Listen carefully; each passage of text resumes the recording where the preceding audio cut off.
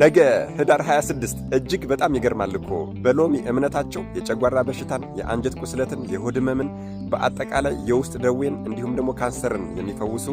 እንደ 24ቱ ካህናተ ሰማያት ማዕጠንት በሚቆጠረው ቅዱሱ በተባረከው ማዕጠንታቸው ደግሞ ከአምስቱ መቅሰፍታት የሚሰውሩ በተሰጣቸው ቃል ኪዳን ደግሞ በጸሎትህ አምኖ በቃል ኪዳንህ ተማጽኖ የለመነኝን በህሊናው ያሰበውን በኩላሊቱ ያመላለሰውን በልቦናው የወሰነውን እፈጽምለታለሁ የተባሉ የአንተን የወዳጅን ገድልህንና ቃል ኪዳንህን ያቃለለውን በሙሉ በፍጹም በቀል እበቀለዋለሁ የተባሉ ይህንን ቪዲዮ የምትችሉ በቀናቸው ልክ 26 ጊዜ የማትችሉ ደግሞ ቢያንስ 3 ጊዜ ኮፒ ሊንክ በማድረግ ለሁሉም ሰው እንዲዳረስ አድርጉልኝ። በተሰጣቸው ልዩና ድንቅ ቃል ኪዳን የእሳቸውን ስም ከአምላካቸው ከኢየሱስ ክርስቶስ ጋር አስተባብሮ በአንድ ላይ ለጠራ የጠላትን ወጥመድ የሚበጣጥሱ አጋንንትን እንደ ትቢያ የሚበትኑ ድንቅና ቅዱስ የሆኑ አባት የገድልህን መጽሐፍ የጻፈውን ያጻፈውን የሰማውን ያሰማውን ያነበበውን ያስነበበውን ቀጥ ብሎ ቆሞ ደግሞ በእምነት ሆኖ የሰማውን ሰው በእውነተኛው የመንግሥተ ሰማያት መጽሐፍ እጽፍልሃለሁ የተባሉ ማንኛውን መብአ አቅሙ በፈቀደ መልኩ ለቤተ ክርስቲያንህ ያበረከተ ለተቸገረ የመጸወተ ለተራበ ያበላ ለተጠማ ያጠጣ ለታረዘም ደግሞ ያለበሰ አቅም ባይኖረው አቅም ቢያጣ እንኳን ቀዝቃዛ ውሃን በስምህ ቢዘክር የፈለገውን የጠየቀኝን ያሻውን ነገር እፈጽምለታለሁ እኔ አምላክህ በሰጠው ቃል ኪዳን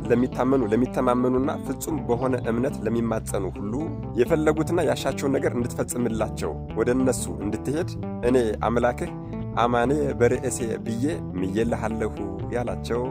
እኒህ ስም አጠራራቸው የከበረና የከበደ በሳምንት አንድ ቀን ቅጠልን ብቻ በመመገብ 40ና 80 ቀን ይጾሙ የነበረ በፈለጉት ጊዜ ወደ የትኛውን ቦታ የሚሄዱበትና ይልቁንም ደግሞ ወደ ኢየሩሳሌም ተጭነው የሚሄዱበት የንፋስ የእሳትና የብርሃን ሰረገላ የተሰጣቸው ከእግዚአብሔር የታዘዙት አምስቱ መቅሰፍታት እኔ ካለሁበት አካባቢ ይርቁና ይወገዱ ዘንድ እኔ ባለሁበት በገዳሜ በደብረ ሊባኖስ ተቀበርልኝ ብለው ሐዲስ ሐዋርያ ታላቁ አባታችን አባ አቡነ ተክለ ሃይማኖት የጠየቋቸው ከ500 በላይ ስውራን ቅዱሳን ከሮም ከግብፅ ከአስቄጥስና ከሲሃት በረሃ ቡራኬን ሊቀበሉ ወደ እርሳቸው ቢመጡ ሊቀ መላእክት ቅዱስ ሚካኤልና ሊቀ መላእክት ቅዱስ ገብርኤል እየተራዷቸው ቅዳሴን ቀድሰው ሰማያዊ ህብስትና መና ከሰማይ ወርዶላቸው ያቆረቧቸው በደጃቸው የተቀበለን አፈር ከማያስበሉት ከታላቁና ከድንቁ አባታችን ከአቡነ መልከጼዴቅ ዘሚዳ የምንኩስና ቆብን የተቀበሉ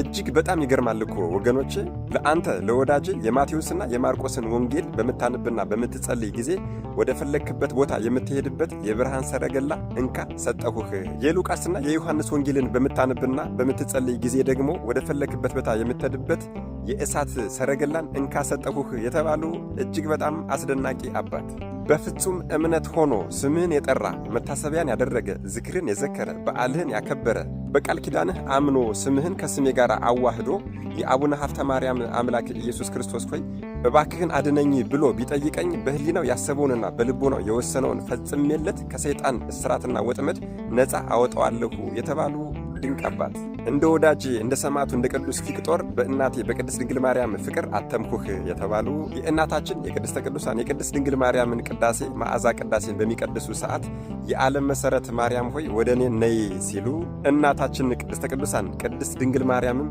መላእክትን፣ ጻድቃንን፣ ሰማዕታትን፣ ደናገልን፣ መነኮሳትን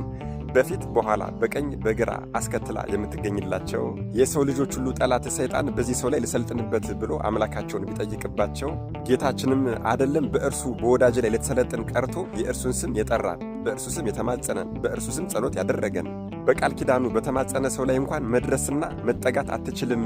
የተባለላቸው ገና ከልጅነታቸው ከሕፃንነታቸው ምንም ነገር ሳያውቁ እግዚኦ መሐረነ ክርስቶስ የምትለዋን ጸሎት ይወዷት ነበርና እግዚኦ መሐረነ ክርስቶስ እያሉ ያደጉ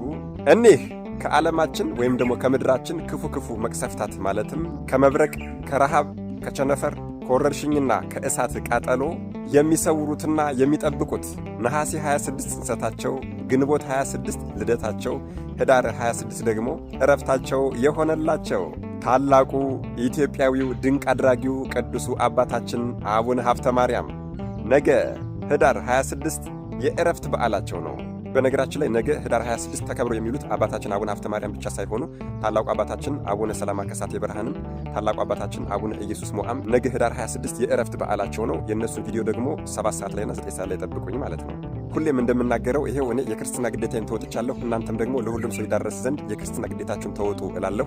መድኃኔዓለም ኢየሱስ ክርስቶስ ነገ ህዳር 26 ቀን ተከብሮ ከሚውሉት ከታላቁ አባታችን ከአቡነ ሰላማ ከሳቴ ብርሃን ፍሬምናጦስ፣ ከታላቁ አባታችን ከአቡነ ኢየሱስ ሞዓ ዘሐይቅ ቅዱስ እስጢፋኖስ፣ ከታላቁ አባታችን ከአቡነ ሀብተ ማርያም ቅዱስ ረድኤት፣ በረከት፣ ምልጃ፣ ቃል ኪዳን፣ ፍቅር አይለየን። አሜን። ይቆየን።